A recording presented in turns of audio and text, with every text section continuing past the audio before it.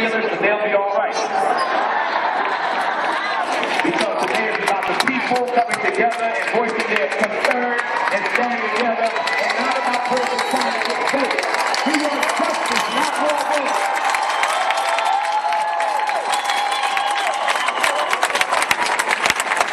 And so, we acknowledge their presence, and we have someone who will speak for all of them in so many ways. He is one of the senior members, the House of Representatives, the Congressman that represents Harlem, who will speak on behalf of his elected officials, the Honorable Charles Rangle.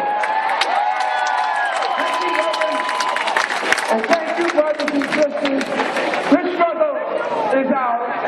And let's face it, when we have the Voting Rights Act, when we have to fight for the Constitution, it's people like Nelson Mandela, people like Dr. King, who brought down the barriers, but it was your elected officials that passed the law to make certain it was the laws of the land, not Baptist, not Christian, but the laws of this land. So we as a family have to work together, pray together, fight together to make certain, as the President has said, that any kid looks like any president at any time in this country. Congressman Meeks and I in the Congressional Black Caucus just yesterday met with the Department of Justice. Let me make it clear, we are not going over grounds that have been gone over in Florida. Too many of us recognize that crime and tyranny that existed in the South, that the South whites investigated these crimes,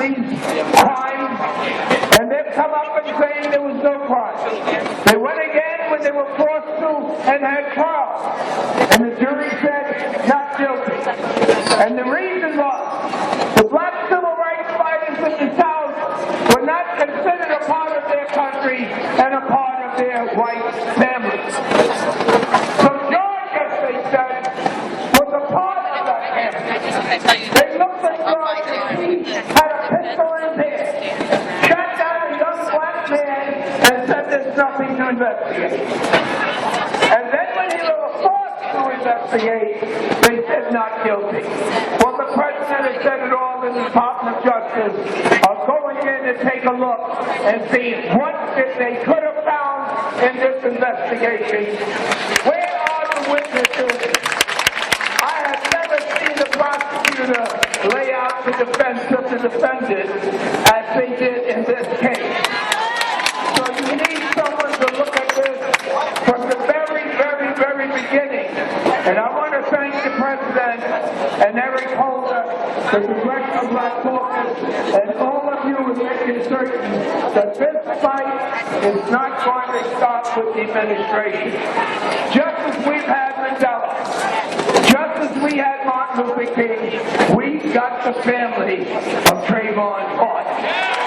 And they will lead us with our party and with our leaders to make certain that one day will come, and it will come soon, when we will not be judged by the color of our skin. Thank you for coming.